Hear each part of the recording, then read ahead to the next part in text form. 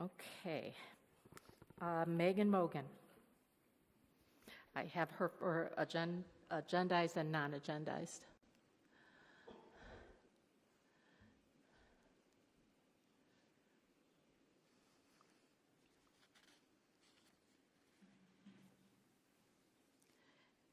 And I'm going to time that for 3 minutes, okay, Megan? So whenever you start. And I just have the agendized items, so okay. Thanks. Good evening, members of the board, Superintendent Reichman, assistant superintendents and staff. My name is Megan Mogan, and I'm speaking tonight as a community member. I was a very proud, longtime former staff member here on the Tucson campus prior to my resignation last spring to pursue my full-time doctoral degree. As a former staff member, I had the privilege of working with leadership on the pillars outlined in ASDB's strategic plan for 2021 through 2026. And the plan commits to 4 things, just as a reminder: excellence in education, student development, organizational culture, and resource management. Recent proposed cuts to teacher stipends, removal of salary step increases, limits on their professional development, and a hiring freeze directly contradict all 4 of the pillars in ASDB's strategic plan. The cuts undermine ASDB's overall mission and threaten educational quality, staff morale, and ultimately student success. So Pillar 1, excellent communication and relationships. Freezing salaries and cutting stipends significantly undermines teacher morale. It erodes trust between leadership and staff, and research consistently shows that stagnant wages and lack of professional growth opportunities lead to high attrition rates, disrupting student-teacher relationships and thus the overall stability of our school. Pillar 2, outstanding student development. Putting limits on staff professional development and implementing a hiring freeze prevents teachers from staying current with best practices. This reduces instructional quality. Pillar 3, superb organizational culture. Salary freezes, stipend cuts, restricted professional development, they devalue staff contributions, making it harder to recruit and retain diverse, high-quality educators. The hiring freeze and stagnant wages directly contradict Objective 4.1, which calls for attracting and retaining the most qualified personnel. Pillar 4, effective resource management. Any budget proposal linked to decreased or frozen staff wages represents short-term savings at the expense of long-term stability. Cuts are not effective resource management. So instead of targeting student-facing personnel, the board must explore alternative cost-saving measures. ASDB's own plan states that every student and staff has the opportunity to grow and succeed. So I urge the board to uphold the commitments you made in ASDB's strategic plan and reject budget cuts that weaken the educational experience for ASDB students and the professionals who serve them. Thank you.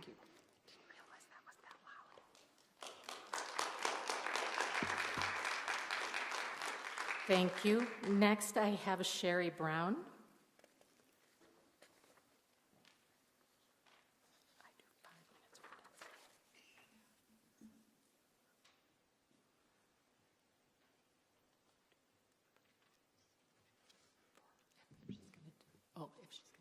Can you hear me? Yep, okay. Good afternoon, Superintendent Annette Reichman, Board of Directors, ASDB staff. My name is Sher Brown. I'm the counselor in the high school for School for the Deaf and School for the Blind. I've been working here for 31 years, and so that makes me old, committed, but personally I like to say extremely passionate.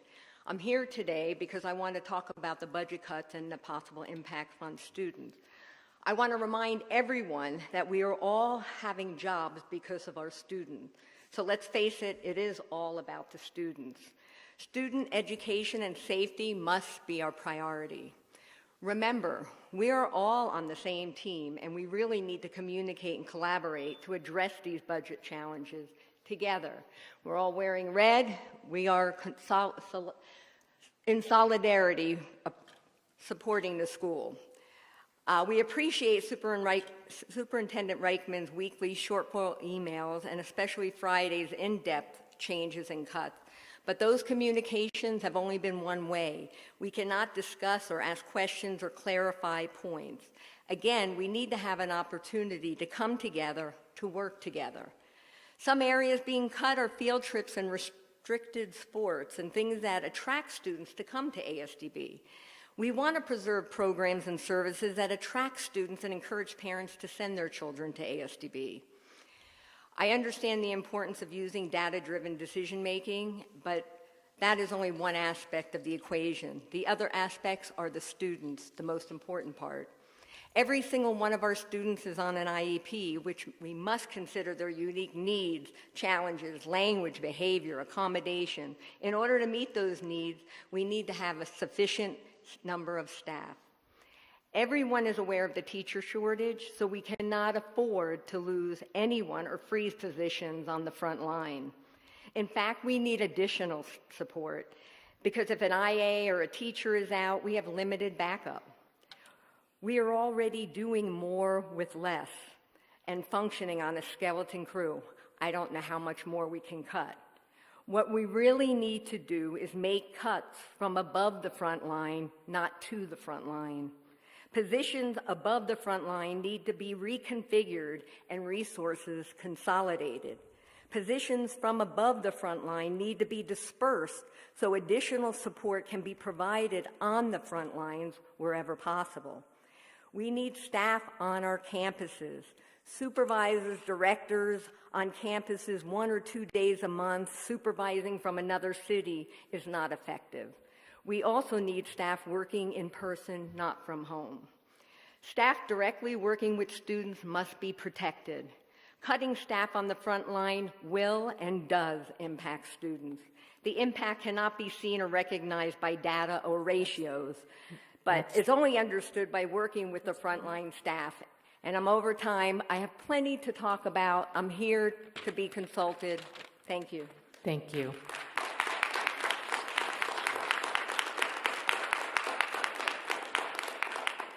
Next, I have Dan McAleese. I'm sure I just butchered that name, and I apologize. You're forgiven. I'm sensitive to that with a name like Kneifel.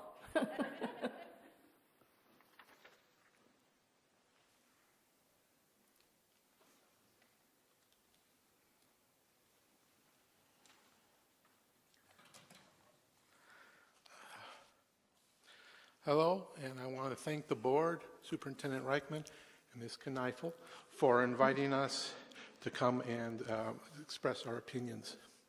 I am Dan McAleese. I have been a teacher here for the School for the Deaf, working with multiply disabled, severely sensory impaired students, MDSSI, for well over 30 years. If I can take a moment, I would like to read from the ASDB's vision mission statement. We are committed to respect, support, and the well-being of all. We are committed to the excellence in the education of all children through Arizona who are hard of hearing, deaf, and have vision loss. Excellence in the education of our children. I am concerned that our students' education will be affected by some decisions that may be made. I am retiring this May, and I have been informed that my position as a teacher for the deaf, multiply disabled, severely sensory impaired students, the MDSI, is going to be frozen. I'm worried my students in their excellence in their education will no longer be occurring. I am sure you are aware my students require a highly specialized education program, involves extensive modifications that is functional under the category of multiple disabilities, MDSSI. My students require a specialized access to make progress in their educational curriculum program. All my students' IEPs state that they are to receive specialized education from a teacher who is certified and qualified to work with students who are in the MDSSI program. I ask that you do not just place someone without the MDSSI experience and developing a specialized program.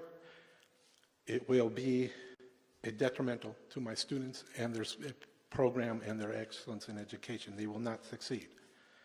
I wish that my students' education not suffer by being given their instruction by a non-qualified individual. So I'm asking that you, the board, to reconsider freezing my position and to open it up. Also, so my students can achieve their full potential in their excellence of education. I know there are tough decisions to be made. I only ask that you please, honestly, listen to the ideas that are being presented to you guys today and to be willing to take them seriously and to consider them when making your decision. Thank you. Thank you.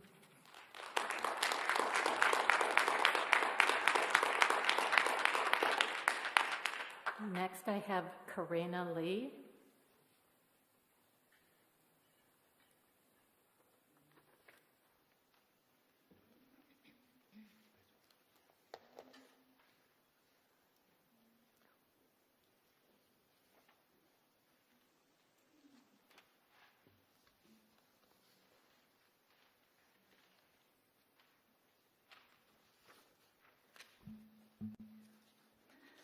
Hello, board. Thank you for being here and allowing us to speak today. My name is Karina Lee. I am one of the teachers at ASDB campus, and this will be my 17th year teaching. I hold a general education certification, cross-categorical special education cert, as well as a teacher of the visually impaired certification. In addition to those, I hold a national board certification in special education, was a Raytheon Teacher of the Year finalist, and the Southern Arizona Association for the Education of Young Children Nina Brandon Teaching Award recipient.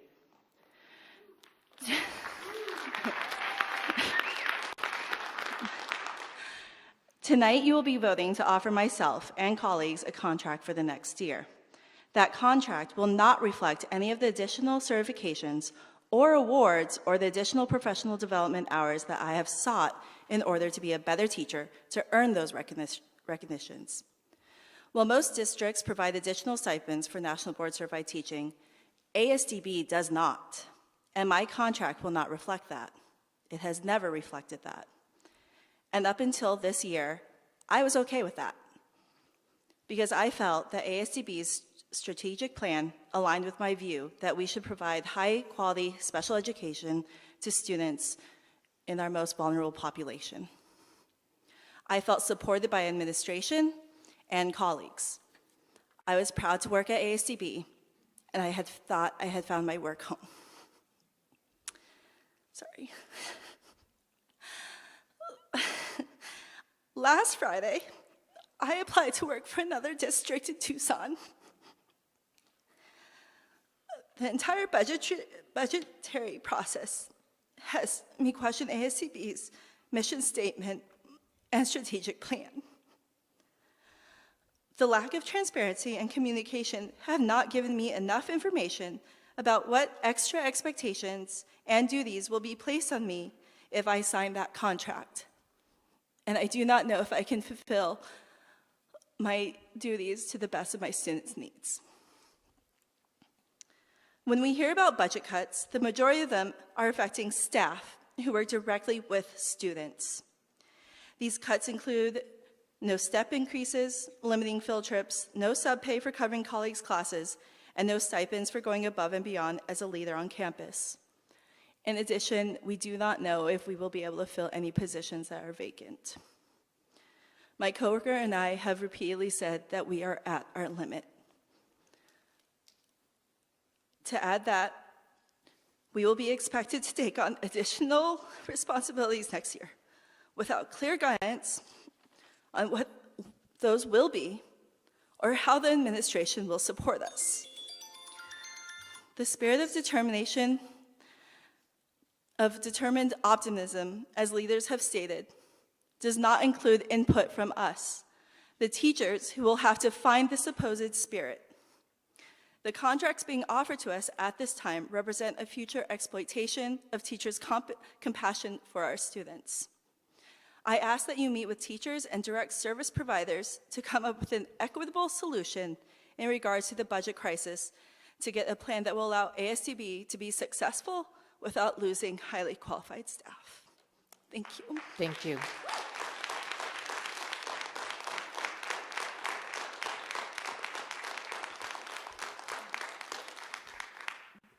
I appreciate everybody's comments tonight, and before moving on to the next agenda item, I do want you to hear that this is not something we take lightly.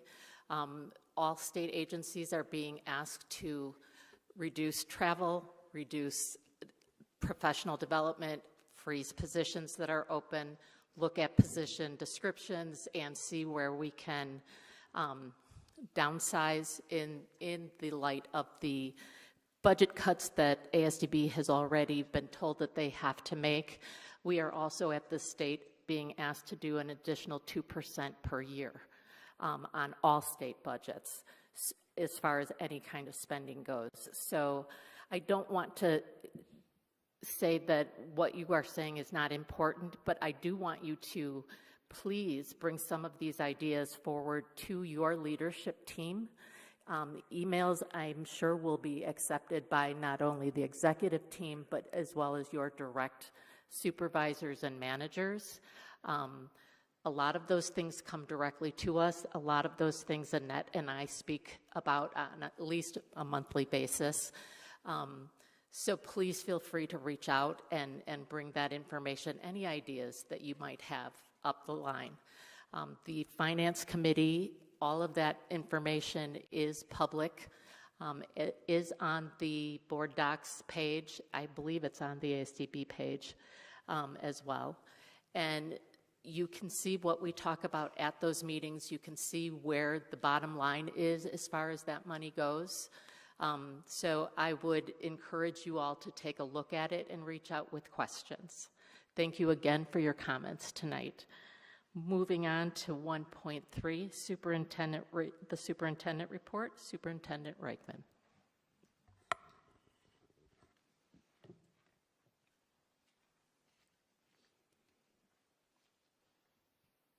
Good afternoon, Board President Kneifel, members of the board, Interim Assistant Superintendent Kachov, Assistant Superintendent Cooper, and ASDB community.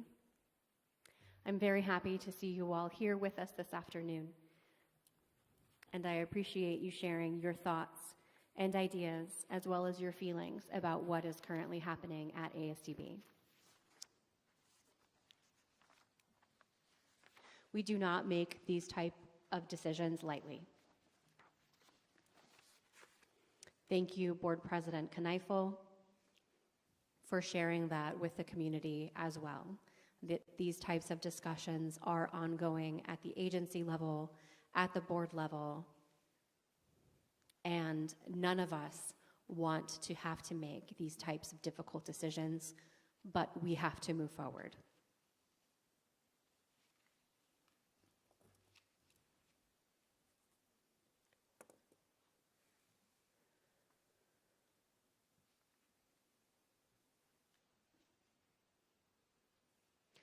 One of the things that I'd like to discuss is the qualities of a leader.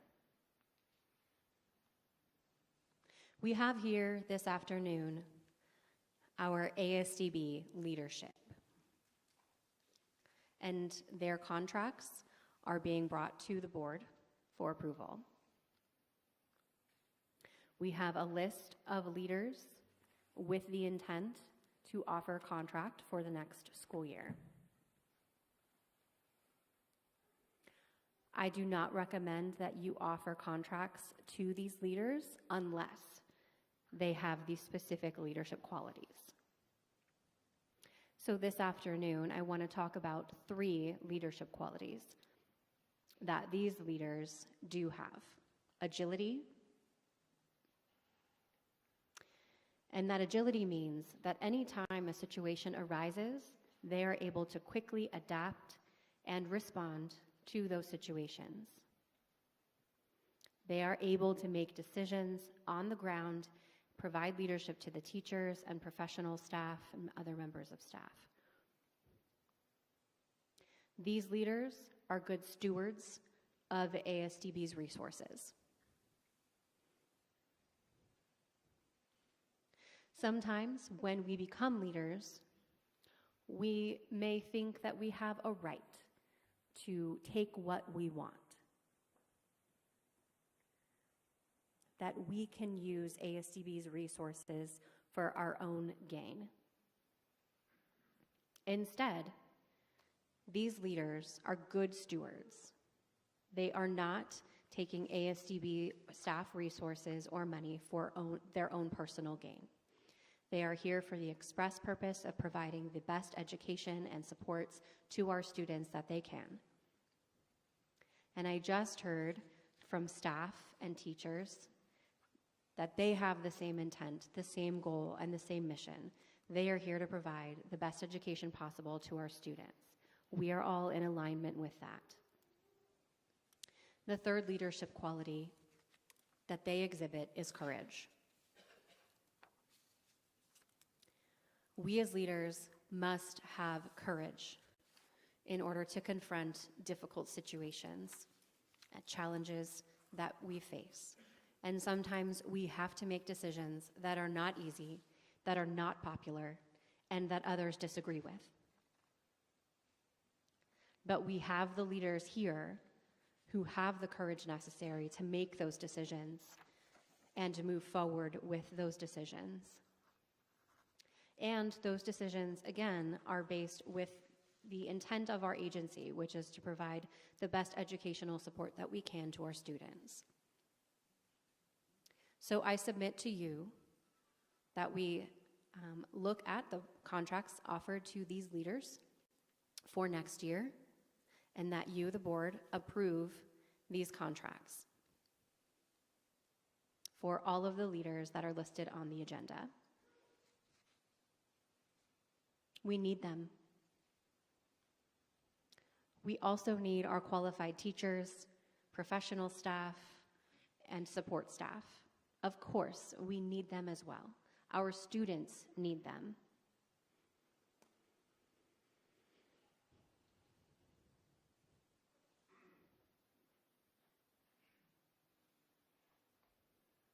But with that, we do have to figure out what our resources are. We have to look at the external environment, and all of you are aware that our environment is dynamic. It is changing rapidly. It is changing in ways that we never could have imagined 3 or 6 months ago. For us here at ASDB, one change that is happening more quickly than I anticipated is the enrollment numbers of our students. I knew that that was tied to the birth rate. And the first time I heard that discussed was 2 years ago. Someone asked me about the decline in birth rate and whether that may potentially impact ASDB. And my response 2 years ago was, well, maybe in 5 or so years down the road, but I didn't anticipate it impacting us very soon. However, we are already seeing that impact with our enrollment numbers, and not just on our campus-based programs, but in our itinerant services as well. The number of students that we are serving and supporting in the itinerant services model continues to decline. The connection to the birth rate with our student enrollment and our new and continuing students means that we have fewer students, which means we have less revenue. With less revenue, that means that we have to make some changes. We have to look at the external environment and figure out what that means for us. We have to be good stewards of our resources and figure out how to achieve long-term sustainability. Now, we do not currently have that. Last year, we closed the fiscal year with a negative $1.8 million. This year, we are projecting a deficit of $2.3 million. If we do that again next year, we are going to run out of money. Literally run out of money. We will not be able to meet payroll. And if you've been reading the news, that is happening in one school district in Phoenix right now. They ran out of money. They could not cover the payroll for their staff. As good stewards of state resources, I do not want that to happen to us. I want to keep our commitment to paying all of our staff every 2 weeks. We do that by looking at the resources that we have and figuring out how to cut our spending and cut our costs. Some of those cuts are not easy to make. We started with travel, with professional development, with your typical areas where you would first look to attempt to reduce cost. Stop buying certain equipment and those types of things. Some repairs can be deferred. Other types of methodology to try to cover costs right now in terms of reduction are happening. However, what we're left with now are staff. Staff are 80% of agency budget. We have to look at that. We have to look at the numbers of students that we have, and then we have to try to align our student numbers with our teacher and staff numbers. Last month, we had a meeting with the 2 principals and the directors. During those meetings, we talked about their students. We talked about their teachers and their support staff. We talked about scheduling for the fall and how we can move things around in order to reduce costs in some way, in order to reduce the number of teachers that we need in order to align with the needs of our students and the numbers of students in classrooms. We had productive conversations. Those conversations were productive so much that we decided to do them again next year in about January or February. We're going to have these conversations every year, get those groups together to talk about our student numbers and our student needs, look at our staffing and our teachers and who we are able to place in order to meet the scheduling needs that also align with our financial resources, and try to pull everything into alignment. We will bring those groups in to make those decisions annually. Again, none of this is easy. 2 weeks ago, I finally made the call that next year we cannot provide increased pay. We do not have the money to cover that cost.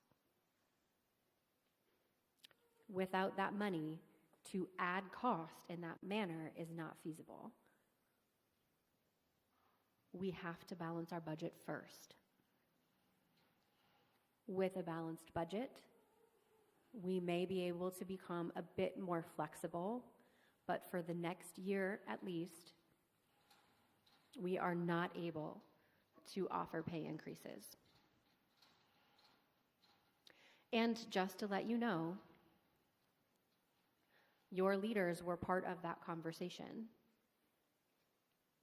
And it's been an ongoing discussion for the last 3 months. When it was time to make that decision, they didn't make that call. I made that call.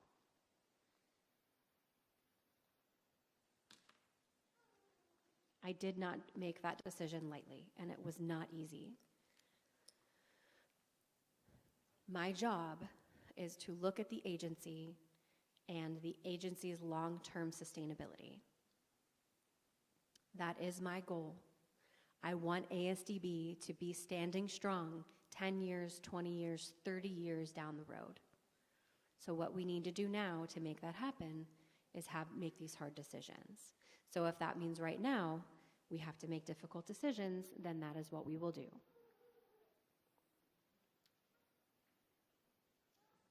I will close with taking any questions from the board.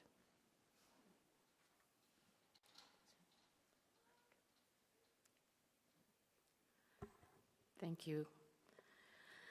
Doesn't seem like we have any questions, so I will move on to 1.4, Assistant Superintendent of Curriculum and Instruction Report, Interim Assistant Superintendent, or catch-off.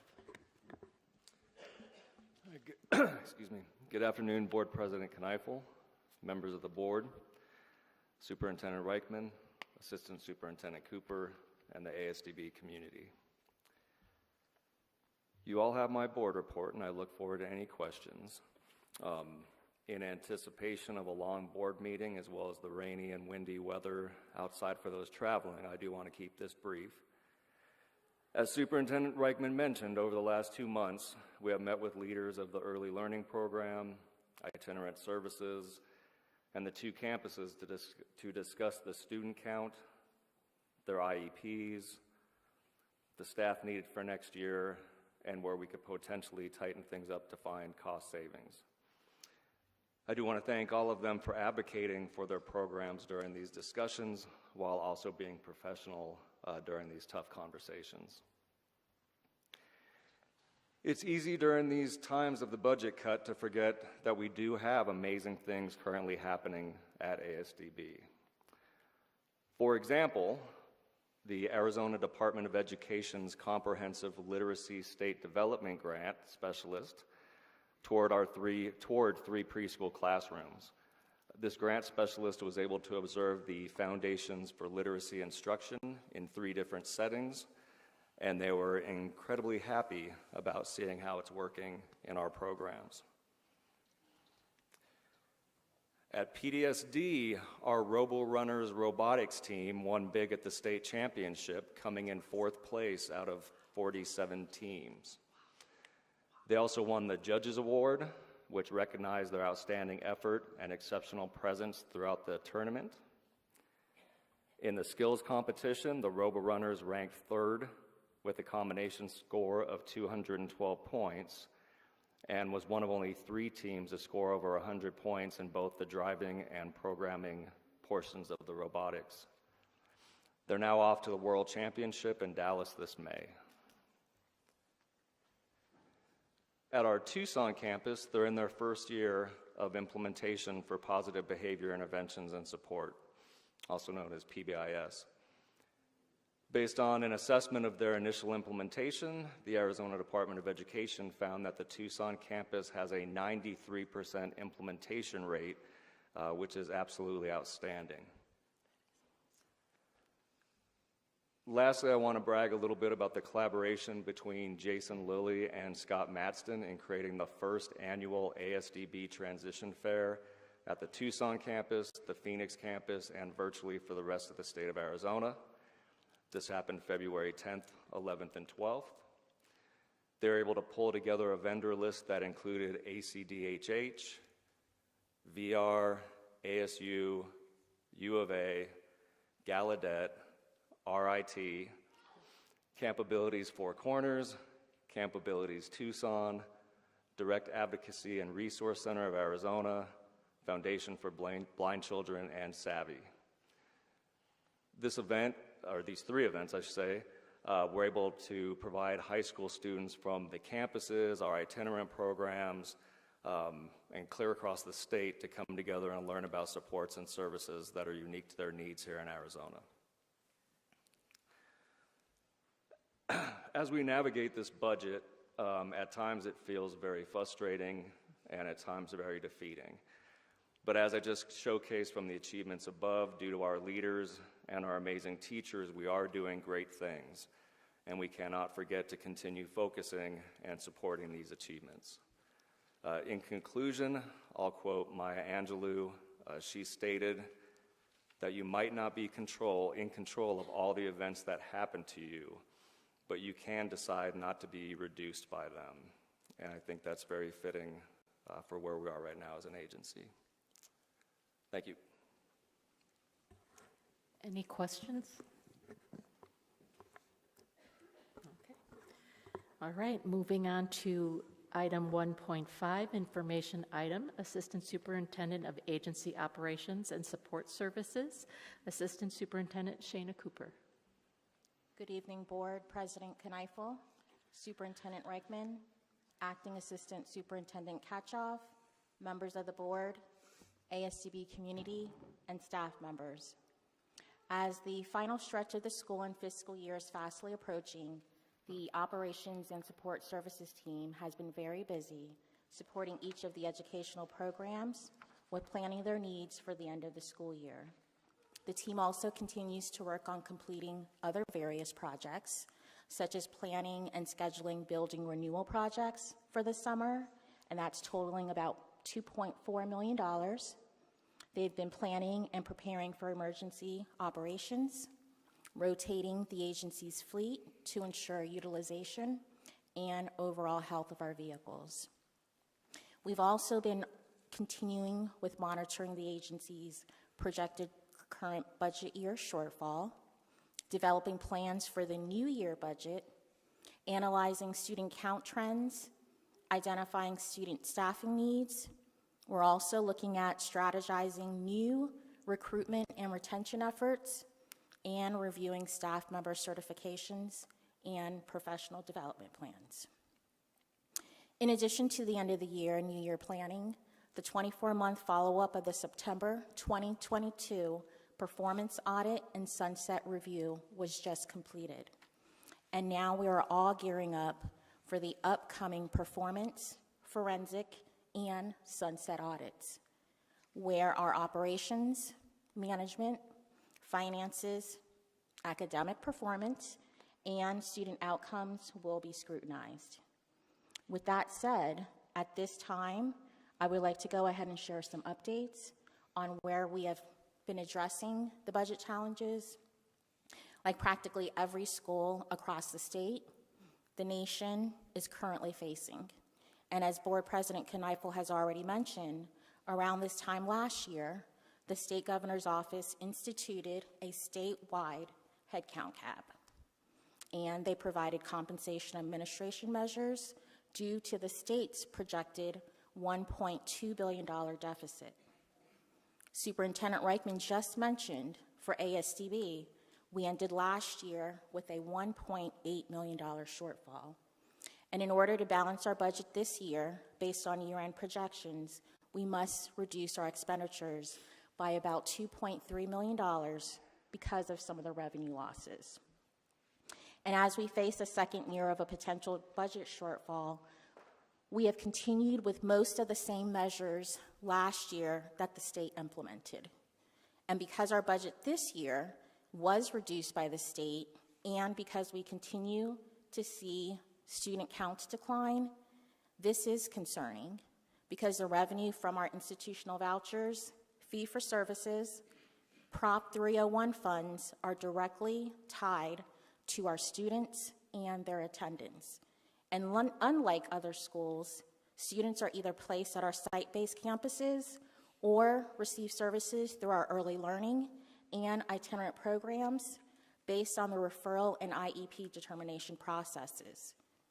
With that said, ASDB doesn't market our schools to our parents and students, and we're not able to increase our student counts like other schools have the ability to. We can, however, ensure our families and the community understand what services and programs we provide and what quality those services are. It is important to reiterate that our site-based campuses operate as schools and we do not receive the same funding. Since ASDB falls under the state-funded agency umbrella, we're subject to what the state decides to allocate to use based on available funding.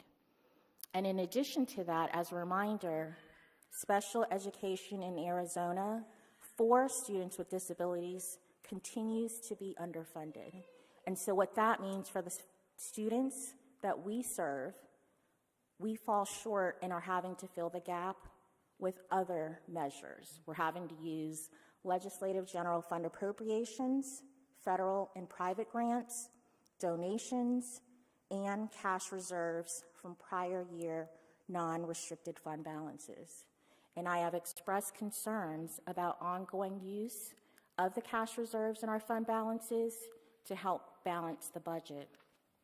We are finding efficient ways to try and reallocate our resources. However, we must continue reviewing our required programs, services, and staffing to align them with our current student counts and based on what we're projecting. And for an agency, as a reminder, our payroll is our staff. That does make up 70 to 80% of our budget. And as already mentioned, we have been meeting with the educational leadership teams collectively to review their staffing levels. And that is because at this time, the principals and directors are planning for the next school year and identifying ways to how they can align with their projected student counts. And realistically, because contracts are presented to the board annually in March. Budget cuts, as already mentioned, either reduce the efficacy of staff or reduce the availability for the resources for our students. Keeping in mind, our goal, though, is to ensure we're focusing on our core educational objectives and the goals per the students' IEPs. So realistically, that does mean some class sizes may grow, elective courses and extracurricular activities could be impacted and may be impacted, as we've already talked about. And that does mean staff, if necessary, may be reassigned to other roles that match their qualifications. And we've already heard today that does have an impact on our staff and their future. And in full transparency, while that may be our goal, the reality is that those cost-saving measures are initially being felt by them. And along those same lines, there has been a lot of scuttlebuttle, assumptions made that we're only focusing on the educational positions, but that is not the case.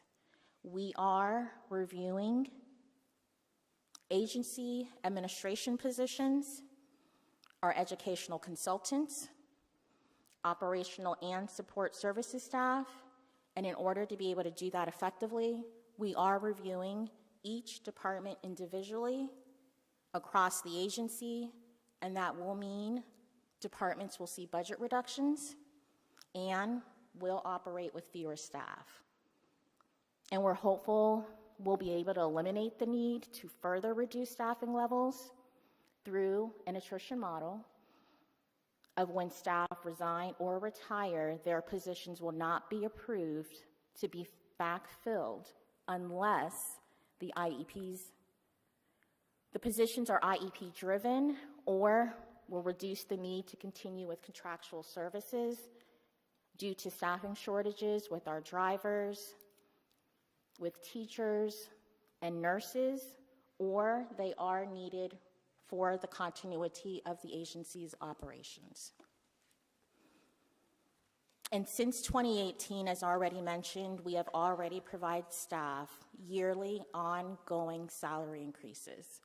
That has totaled over $10.8 million.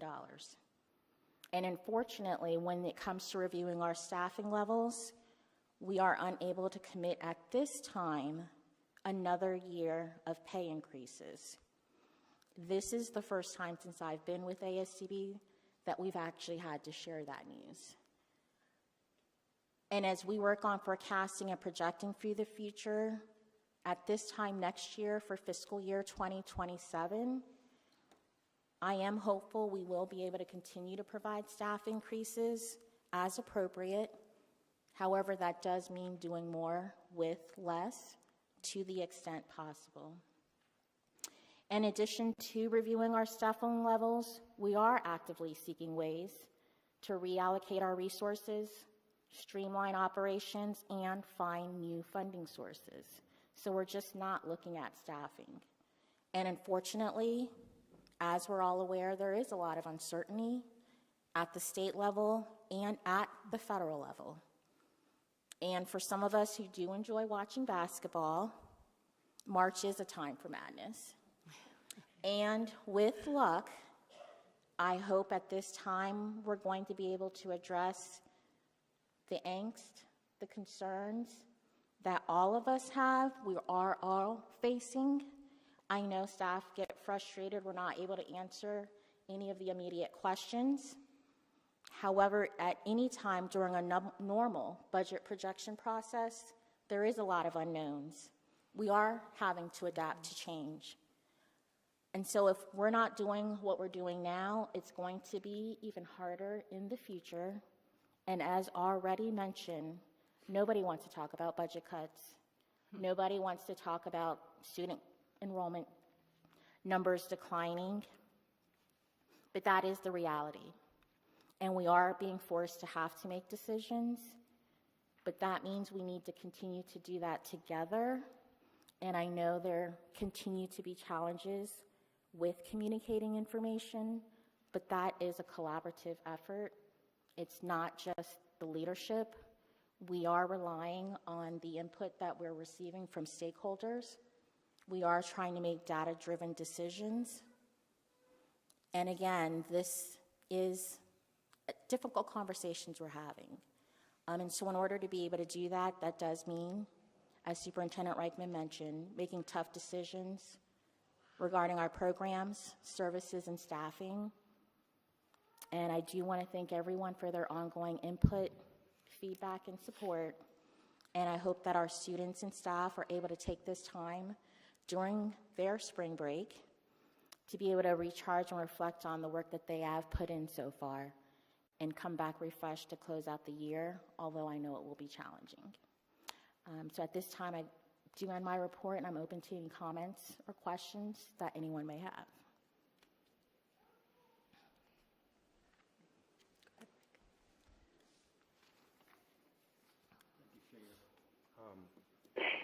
Yes. Hello? Am I heard? Hello? President? Hello? Is that you, Earl? You can go ahead. Yes, hello. Yes, Linda. It's Linda speaking right now. Hi, Linda. Can I go ahead? Sure. Yes, hello. I am here, and I just want to let you know that I've been watching the meeting through video relay. Can you make sure everyone brings their volume up, because the interpreter can barely hear and has been struggling to hear for the last little while. So when somebody speaks, can they elevate their voice, please? Thank you for the reminder, Linda. Earl, did you have a comment?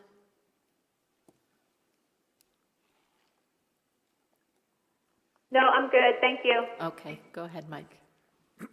Shana, you said the projection is about 2.4 for this year's deficit, correct? That's about $200,000 a month. And does that, how much is each payroll? Each payroll is roughly about $1.8 million, if I'm not mistaken, on a biweekly basis. I'm sorry, I can't hear. You got to get it closer, Shana. I will try to speak up louder. Is that good enough? Yes, I can hear you now. So each payroll is about 1.8 million, and that includes benefits and retirement, and that's the complete. Okay, so that's pretty steep. In the private sector, when you have repeated years of deficit, quite often your auditor will write a letter of lack of confidence. So it's precarious when an agency or a business continues to have negative income as far as their expenses. So when you this isn't really a question as much as a kind of a statement about what's happening kind of systemically, that a lot of businesses, agencies, schools are in this position where they are trying to work within a deficit. And it's not just a matter of what you can and can't fund for that year. It's a certain level of survival that is really being addressed, because if you do have a repeated showing of negative deficits, and that would come to your funders, that information is sent to all your funders, all your supporters, that there is a lack of confidence in the solvency of the agency or school or institution. So when it comes to difficult decisions, it's not just a matter of what can you or can't you cut. It's a matter of trying to determine how you're going to survive. And when you have a $1.8 million payroll every other week, that's a lot of cash that has to be covered regularly, and in some months 3 times. So in 2 months each year. So these aren't just issues about what are we going to try to do and not do. These are really hard and deep decisions that are being made, as how can this money be made or reserved and applied to an agency or business's survival. Because if you do have a lack of confidence decree against you, you're basically done. And I know it might be a little different with tax dollars, but at the same time, there still is a bottom line that has to be observed in that way. Yes. Okay. That's accurate. Thank you. Shana, I do have a couple of questions. This is Suke. I do, yes. This is Katie, but I'll Okay. go after you. So I'm making an assumption here, but I'm asking for you to confirm it. The fee for service and the vouchers that we receive for a student, is that covering the total student cost? No, it is not. The budget packages that you've asked for this year, for the current fiscal year and the next fiscal year, were any of those funded by the legislature? No, they were not. And those included coverage for the transportation costs that we do not get reimbursement for? Correct. And are we able to do a bond type of thing like school districts do? No, we are not.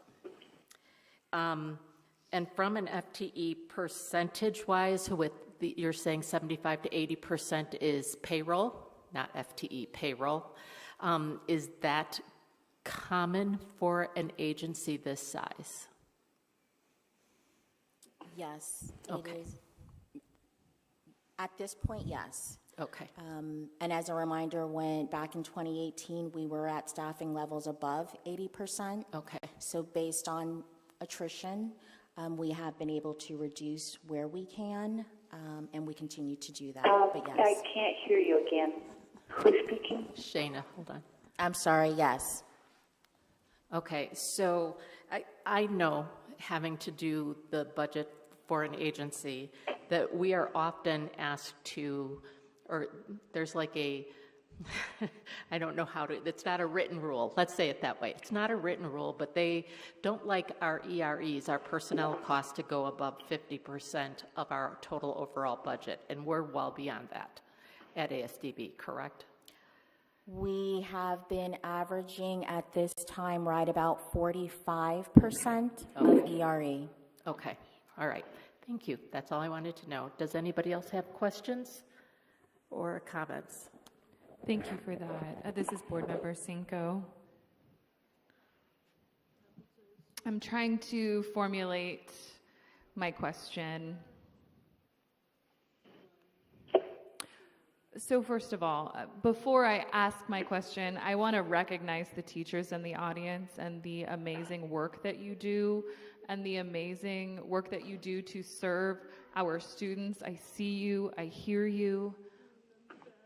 It really bothers me to hear about the budget cuts that are directly impacting our teachers. If we're talking about budget cuts, we can talk about the cost of living that is exponentially increased for all of us. But I'm curious as to what other alternatives have you looked into? If we're saying that we are not able to give pay raises, what other options have you looked into before that? Other options that we continue to look at, again, would be reallocating some of our resources, doing some reprogramming. We have also identified reductions to a lot of our non-instructional classroom support departments. We have reduced professional development. We are looking at ways to reduce contractual services.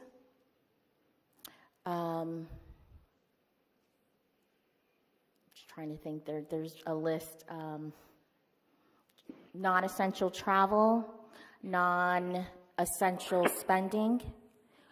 We've also tried to identify ways to reduce ongoing commitments that we have made in the past to fund capital projects, computer refresh, so other non-payroll related items. And again, it's not just payroll. We are looking at reevaluating how we are structurally operating with our services, some of our programs that are not directly tied to the classroom as well. Okay. Understood. And I'm currently in my doctoral program, and I'm focused on industry and organizational development. And I understand where you're coming from and that point of view, but my biggest concern when we talk about reallocation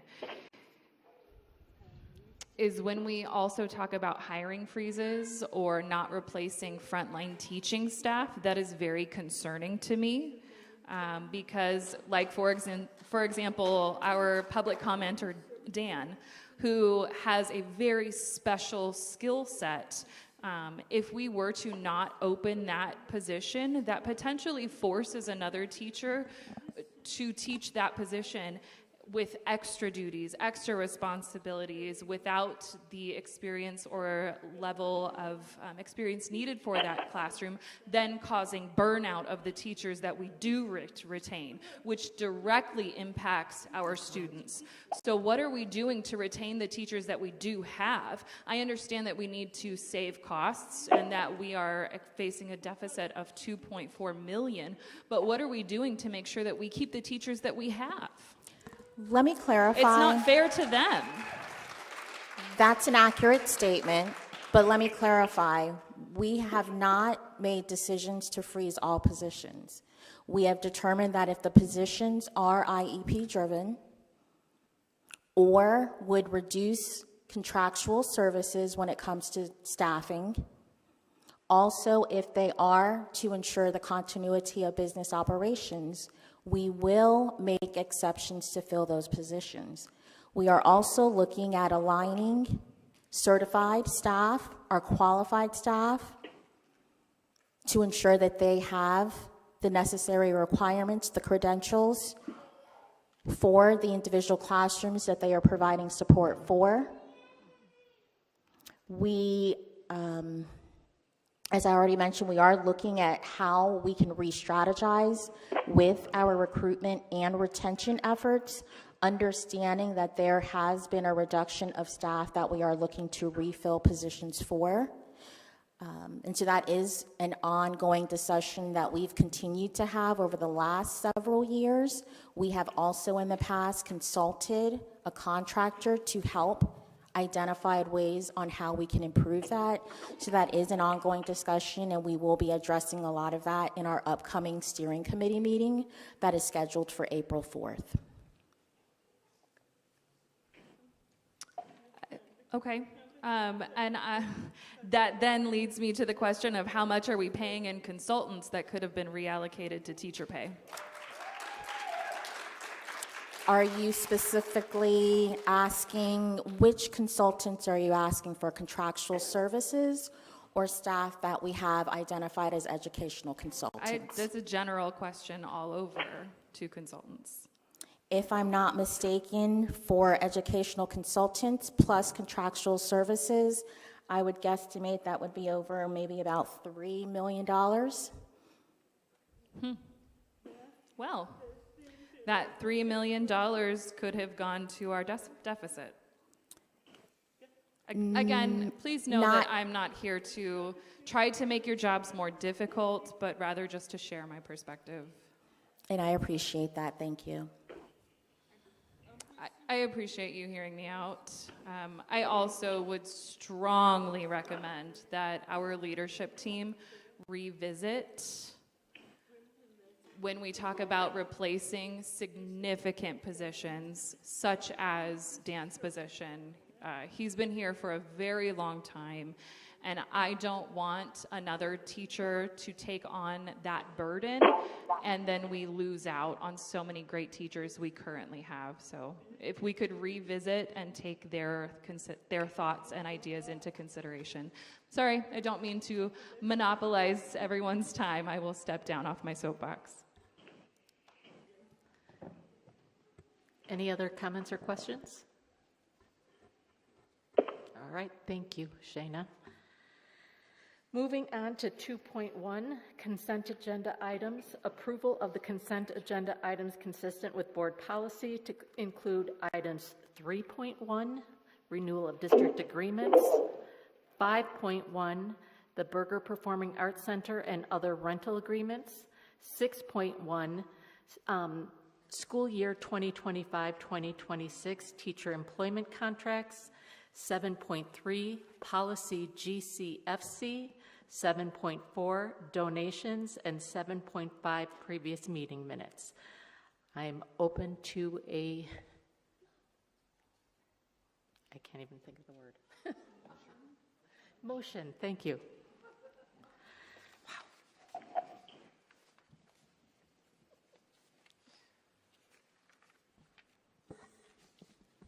This is Gordon. Did we hit? Was that somebody on the phone making a motion? Yes, this is Colette. Thank you, Colette. We have a motion. Do I have a second? Second. Thank you, Mike. Any discussion on consent agenda items? All right, all those in favor, say aye. Aye. Aye. Aye.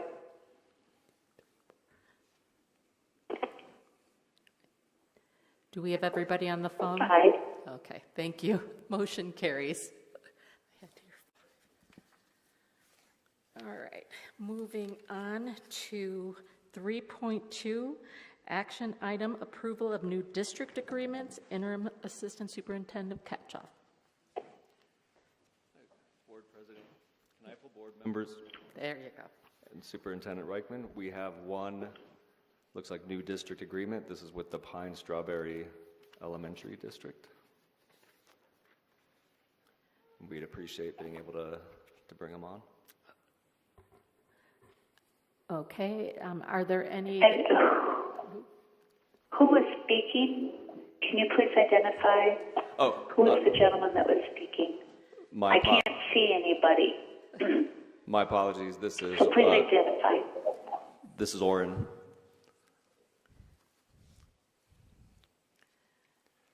So this is an action Gordon. item. This is Suke now. This is an action item, so do I have an motion to approve the new district agreement for Pine Strawberry Elementary?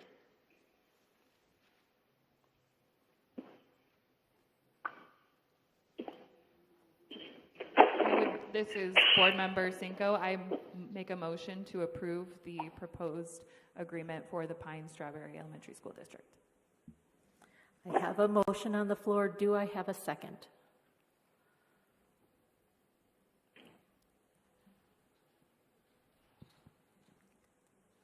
I second. Thank you, Colette. All those in favor say aye. Aye. Aye. Aye. Motion carries. Moving on to 4.1, information item, finance report. Kim Bittridge, Director.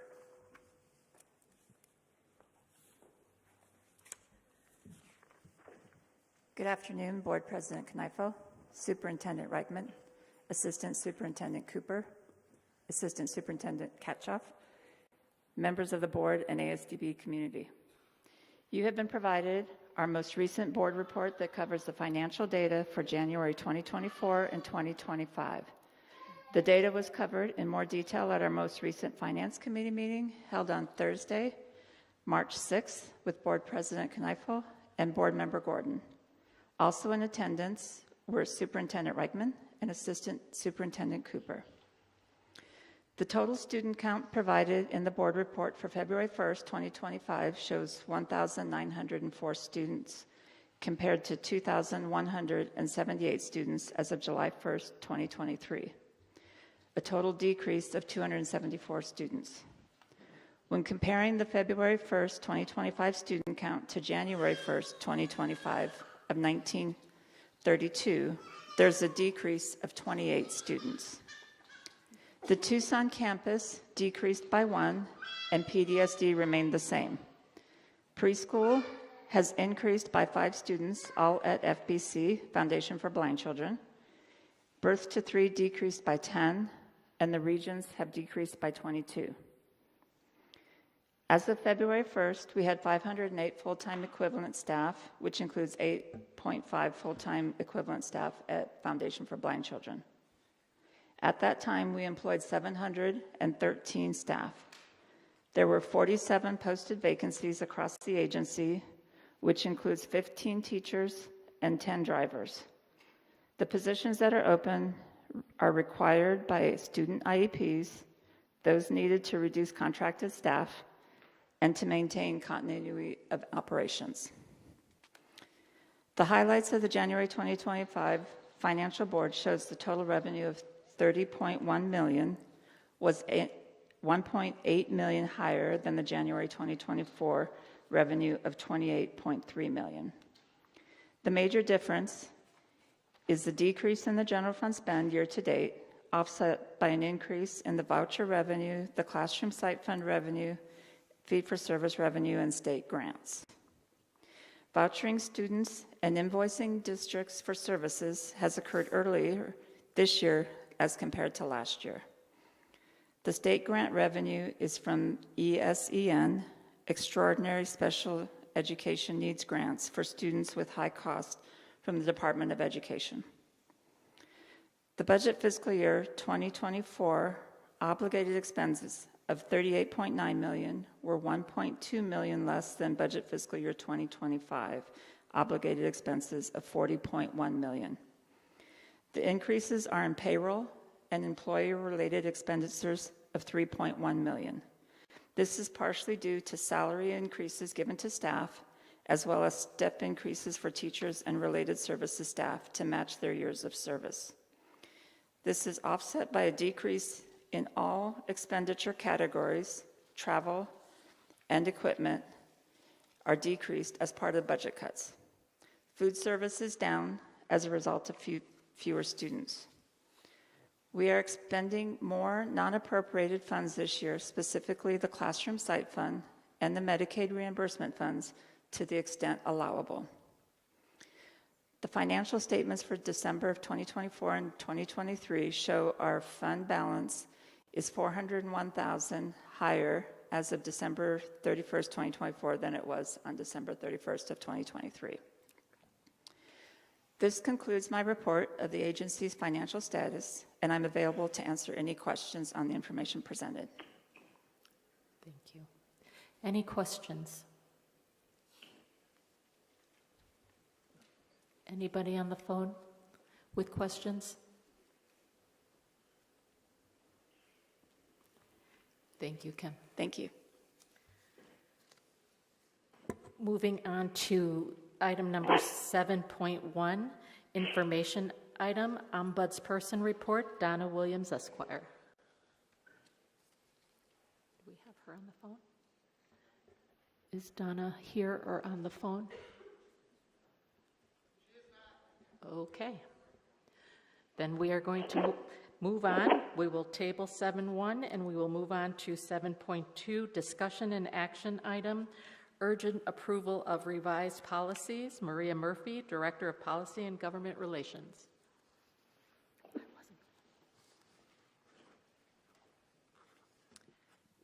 Good afternoon, Board President, members of the Board, Superintendent Reichman, Assistant Superintendents, and staff, and members of the community.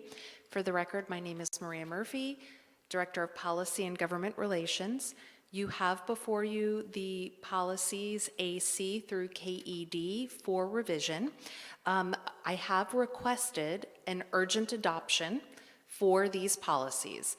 And you may have noticed that there's a lot of them. The reason that that there are so many of them and that we're asking for an urgent adoption is because we now have the online complaint portal, and these are all of the complaint grievance policies, which have paper forms attached to them. So what we are trying to do now is take down all of the paper forms and route everybody to the online portal.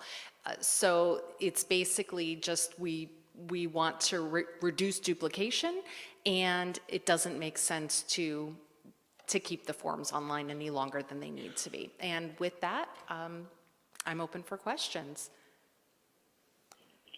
Any questions for Maria?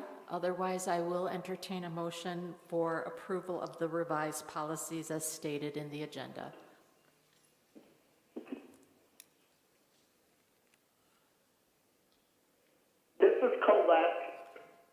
Yes. So moved. Thank you, Colette. I have a motion. Do I have a second?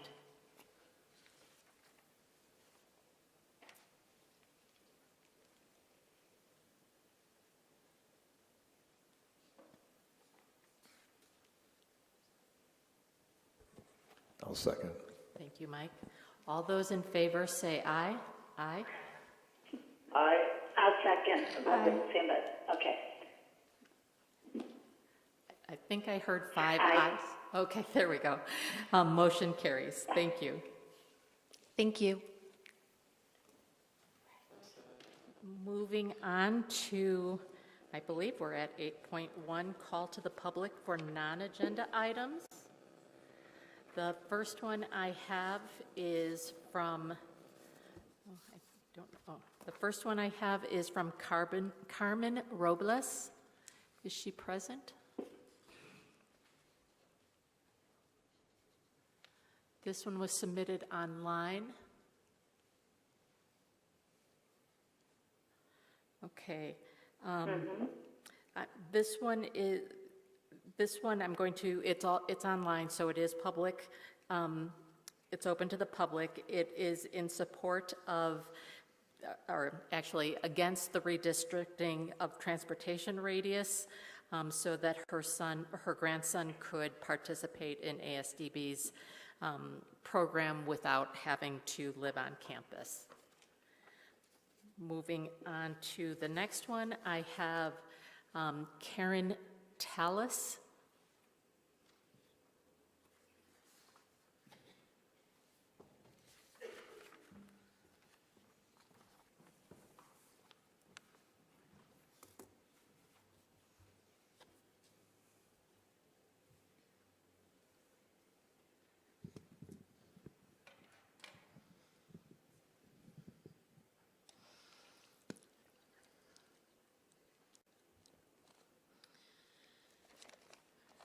Good evening, board members, Superintendent Reichman, and ASDB community members.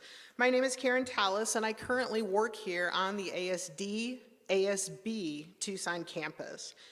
I deliberately separated ASD and ASB because I believe that it is critically important for us to acknowledge the fact that the Tucson campus has two distinct and separate schools with different student needs, different languages, and different cultures.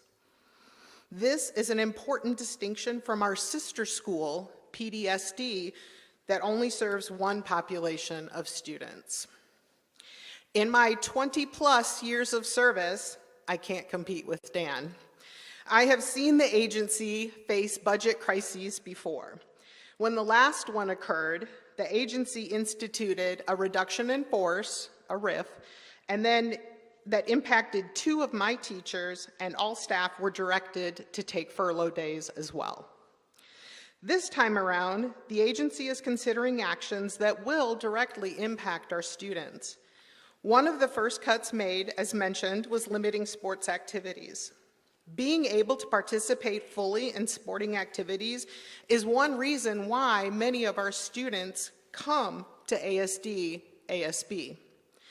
Our visually impaired students have access to GOBALL, GOALBALL, a VI-specific sport, but our VI students have also participated in track and field, including cross-country, and even football and basketball. These opportunities are not there in their public schools and are a draw for students across the state. Limiting these activities can have an impact on a future student's willingness to come to ASD/ASB. As concerning as that issue is, there is another one that prompted me to speak tonight. This came up during a meeting that I had today. We have a shortage of teachers who are qualified to teach visually impaired and deaf, hard of hearing students. We have classrooms where teachers hold certifications other than VI/HI. Some of our students have VI or HI direct service minutes on their IEPs. These services can only be provided by a certified teacher of the visually impaired or deaf, hard of hearing. We have temporarily solved this problem by working with an itinerant teacher, but she didn't start with us until February. However, that is not feasible as a long-term solution because our itinerant teachers have full caseloads and full schedules. When I was asked what the plan was for next year, I had to answer honestly that there is no plan, right? There are 8 certified VI teachers on the Tucson campus, and we have 2 more teachers who are almost certified. They're finishing up their programs. One of those, or of those 8, one is an assistant principal, me. One is our IEP coordinator, and one is employed in our low vision office. Another VI teacher that we have is our technology teacher, serving K through 12. Her schedule is full. We have a certified orientation and mobility specialist who is also certified as a teacher of the visually impaired, but we are currently short an O&M specialist on campus and have been for over a year, so we cannot ask him to provide those itinerant VI services that are needed. All of the other teachers of the visually impaired are all classroom teachers, and they don't have the extra time in the day to provide direct services to students in classrooms that don't have certified TVIs. We were assured that cuts would not be made if they impacted students' IEP services or were otherwise legally required. However, there has been an almost total hiring freeze, and we are not able to hire any new teachers to help us provide those legally required direct services to students. Additionally, ASB High School has lost a social studies teacher, and we have been asked to divide those classes amongst our remaining teachers rather than hire a teacher certified to teach social studies.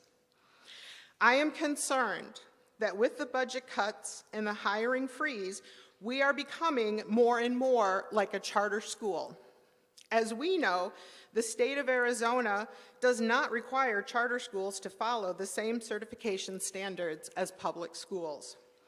If we cannot provide our students with certified teachers or opportunities to participate in activities they couldn't in their public schools, then why would they come here? I respectfully ask that before any final decisions are made regarding open positions, that consideration be given to the impact this will have not only on the agency's ability to provide mandated services, but also our students' needs to have their instruction provided by a certified and qualified teacher. Thank you. Thank you.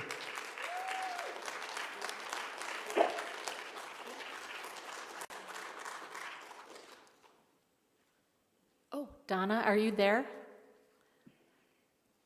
I am. Can you hear me? I can. I'm going to hold on the rest of the public comments and go back to the Ombudsman's report, and then we'll come back to these. Donna, the floor is yours. Thank you so much. So there's a little bit of a delay, so bear with me because what I see on the screen is actually not what's happening there. So I'm going to do my best to get through the written report that I submitted, and hopefully you all there in person are looking at the PowerPoint presentation. So good evening, Board President Kneifel, Superintendent Reichman, Assistant Superintendent Cooper, Interim Assistant Superintendent Chekhov, and members of the board and the ASDB community. I am ASDB Ombudsperson Donna Williams, and this evening I am presenting the Office of the Ombudsperson semi-annual report covering the period July 2024 till December 2024. So since July 2022, I've been working to facilitate positive relationships among ASDB staff, students, and the public by collaborating with staff and the community to ensure a fair process that equitably and reasonably resolves concerns received from staff, students, parents, and community members. And in furtherance of these goals, I've engaged in activities ranging from providing information to conducting mediations and training. I'll talk more about the engagement and the various types of matters later in this report, but overall, the feedback that has been received thus far continues to be that folks are satisfied with the assistance that they receive from the Ombudsperson, and so I'm grateful for that. As we advance the slides and look at the aggregate user data, I want to reiterate that users can access the services of the Ombudsperson by submitting an electronic request form, by sending an email or calling on the phone. There's an agency phone assigned to the Ombudsperson, as well as a Google phone that is assigned for public use. And that number is on the website. The request form remains the most effective means of contact, as it does capture the user's name, their title, contact information, and then the details that they share about their concerns. Once that form is submitted, I'm alerted by email and then can respond accordingly. I will say that over time, fewer and fewer users have utilized the request form process. Most reach out via phone or email and await a direct reply from me. The direct Ombudsperson and the Donna Williams email accounts were used for this purpose. Generally speaking, repeat users of services tend not to fill out the form more than once unless directed by me to do so. So as we dig into the reporting period from July 2024 to December 2024, approximately 15 users contacted the Ombudsperson, 15 different users. 2 users reached out using the request form, and the remaining users either contacted me via email or phone. Many of the users engaged services throughout the reporting period multiple times during that period. And I would say all but 3 of the users were internal to the agency. Some of the reasons for the contact included formal complaints, informal complaints, as well as interpersonal conflicts, some procedural concerns, as well as policy concerns. In most instances, the matter was resolved with a subsequent email reply, or other matters required a meeting or required involvement of third parties to fully resolve the matter. Most of the email users were information seekers, asking who, what, when, where, why, how questions. And really, once the users questions are researched and answered, or the user is directed to the appropriate resource for the answer, the matter is considered closed. Addressing user concerns via email appears to be the preferred method of communicating with the Ombudsperson's office. A few matters appear to be ongoing in that they are more complicated and require more people for complete resolution. My role in those ongoing matters is to really continue being a resource and help the parties guide through productive dialogue on resolution. During the reporting period, the Ombudsperson engaged also in special projects, participated in planning sessions for the newly developed online complaint filing system. So beginning last May, I met with the planning committee to ensure that the new automated system was tailored to meet the needs of the agency.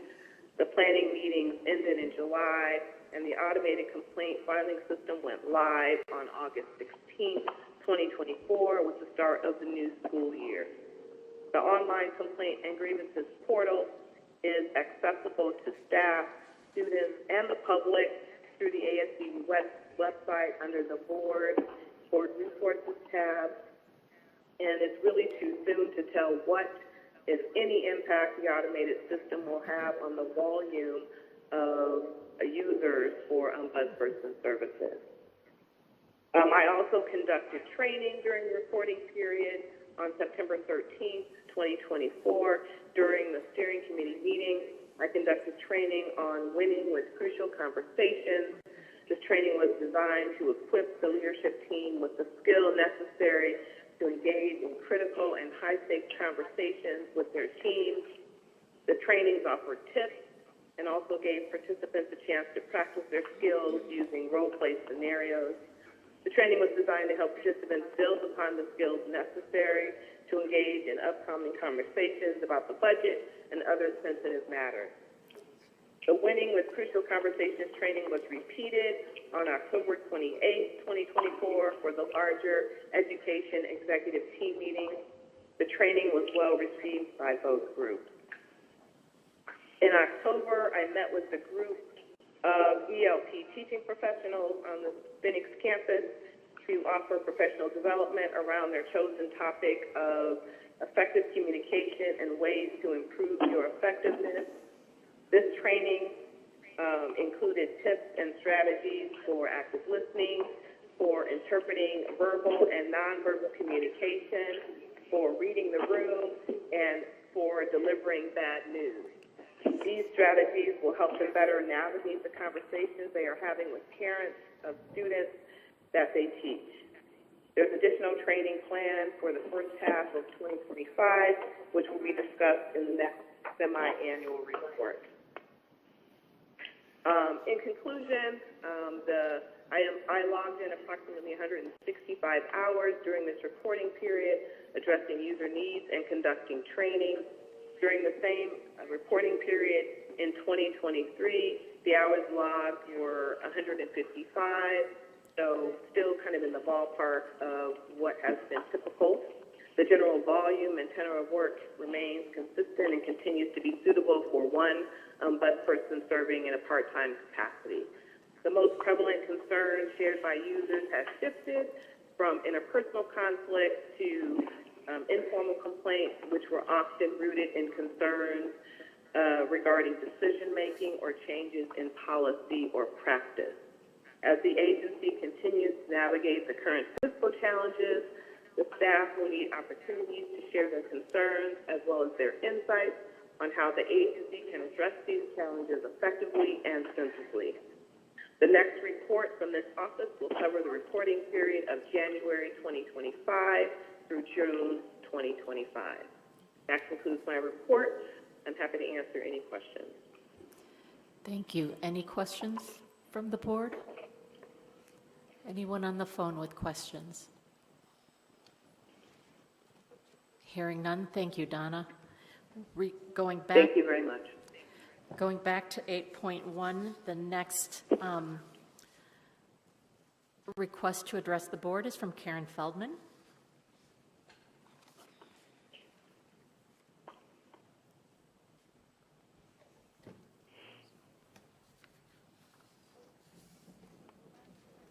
It's only one page. Hopefully it'll be quick. Good afternoon, members of the board, leadership team. I just wanted to bring to your attention some concerns regarding proposed money-saving solutions to the deficit. We've been talking about this, and a lot of this has already been discussed. We know that there's a teacher shortage across the country, and certainly ASDB has felt the impacts of the shortage. As a supervising teacher in Region 3, I can tell you that hiring for teacher positions in rural areas is beyond difficult.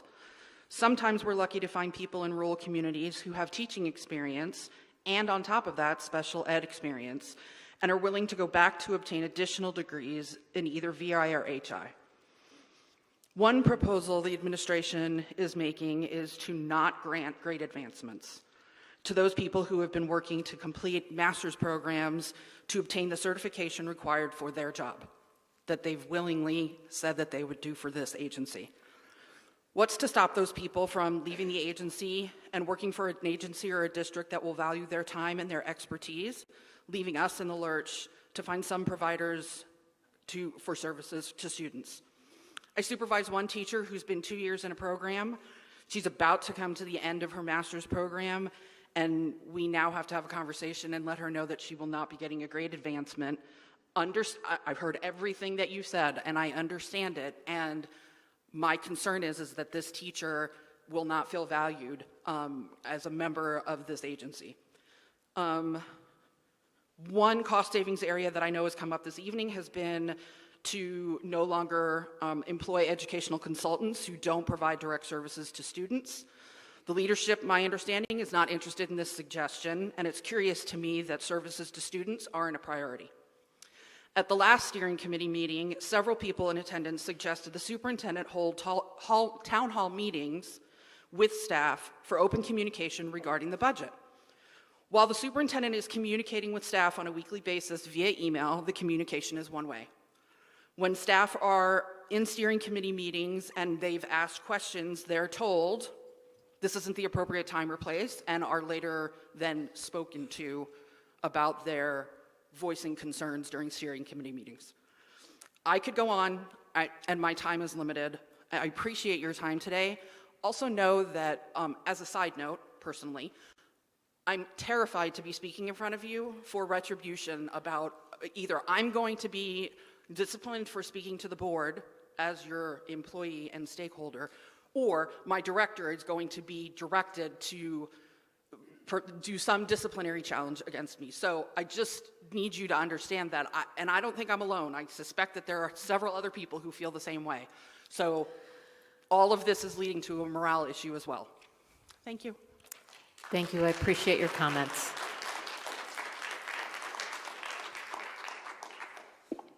I also have Tina Feldman.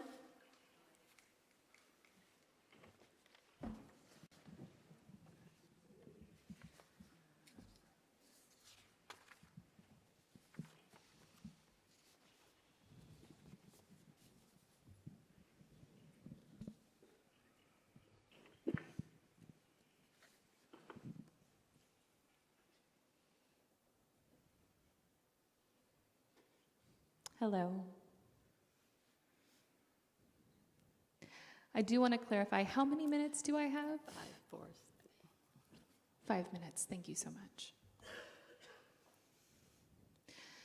To keep it brief, I will just say hello and good evening to our administrators and to our board members and to our community and stakeholders who are here in our audience today, and for those of you who are watching online. My name is Tina Feldman, and I am a stakeholder ×2. My daughter was a former student here at ASDB. She graduated from here at 18 in 2022. ASDB's education was superb and was the best placement for her. She had outstanding teachers who had experience, appropriate qualifications and certifications for her and her cohort of students. The second part of my stakeholder is that I've been an employee here since 2001. And I've been in almost every part of this agency, from birth all the way up to high school instruction, including itinerant experience. I have been here and I have seen a lot. But speaking as a teacher is not what I'm here to do tonight. I'm speaking as a parent of a child who has special needs, who is deaf, among other things. There's a growing feeling of disenfranchisement,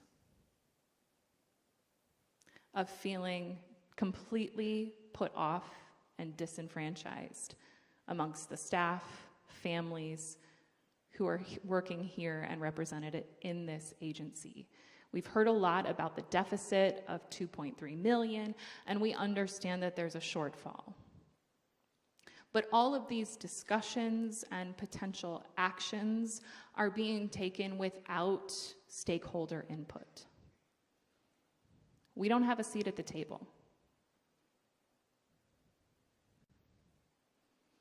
It's already been mentioned that the suggestion was brought to the table of having town hall meetings, and yet that has not happened.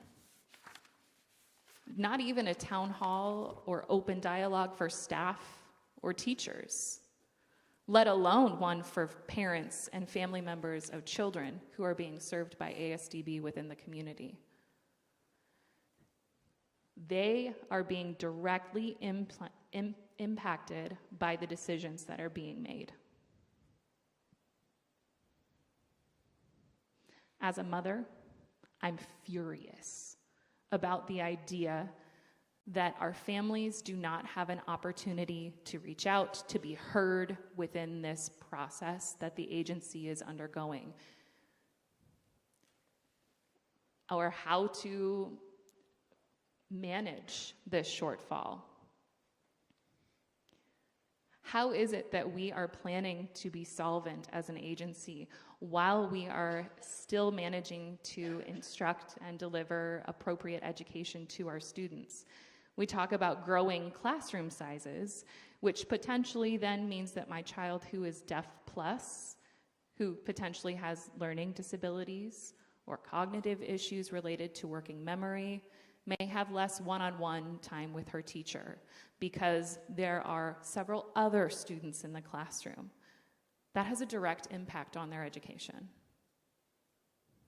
Or potentially another situation where we have a child who is deaf and has additional disabilities. They may actually need a one-on-one aide or a paraprofessional in a class that large. They come to us for a reason, because we have a small classroom and student-teacher ratio. That's one of the reasons our students are placed here. I've been one of those kids, and I represent a parent of a child like that who needs to come here for that specific reason.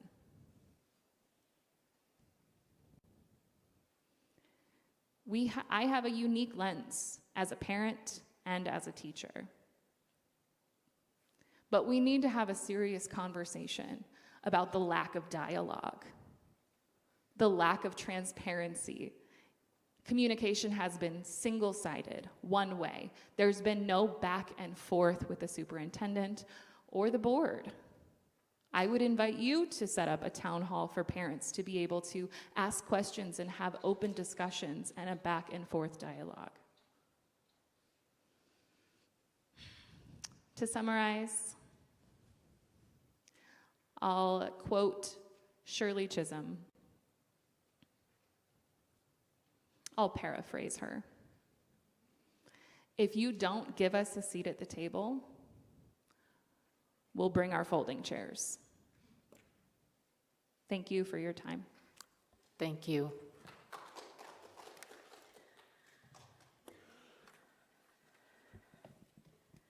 Moving on to 8.2, discussion and possible action item, possible work study session date in June. topic would be the 2.0 for the strategic plan. Yes, this is Superintendent Reichman. At the last work study session, which was February 13th, the board spent about 2.5 hours listening to presentations and having discussion about the agency's budget, and you were unable to finish at that time, so you asked to continue that session. So, the next work study session is scheduled for April 10th, and that will be a continuation of the presentation and discussions regarding agency budget. So I am asking for the board to then add a third work study session in June, and that session would focus on the strategic plan 2.0. So I am suggesting perhaps June 12th. I think that's the second Thursday in June.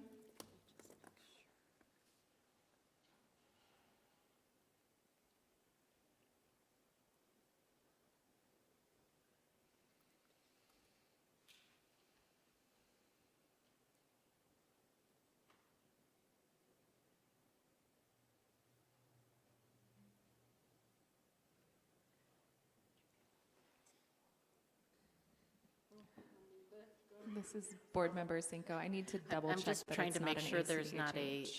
conflict with the ACDHH board. They tend to meet on Thursdays as well, so I just want to make sure that there's not a conflict with the standing board meeting. I think we should be okay.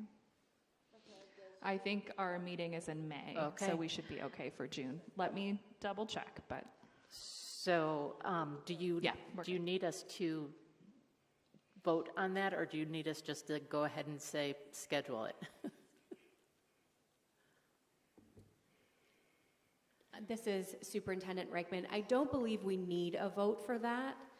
If you are able to commit to come on June 12th for that work study session. Let's plan that then. Okay, thank you. All right, moving on to 8.3, discussion item, agenda items for the next regular board meeting, which is May 8th in Phoenix. Is there anything that the board would like to see added to the next agenda? we're good.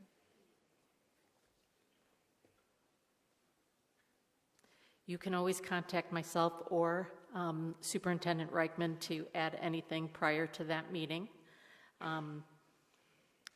If nothing else comes up here, the next is 9.1, action item adjournment. Do I have a motion? Lynn's not on the phone today, so somebody has to take her role. I will motion to adjourn. This is Linda. Motion to adjourn the meeting. Thank you, Linda. I have a motion. Do I have a second? Seconded. This is Board Member Cinco. All those in favor say aye. Aye. Aye. Motion carries. The meeting's adjourned at 5:45 p.m. I want to thank everybody here in the audience, not only for participating today, but making your comments as well. It's appreciated.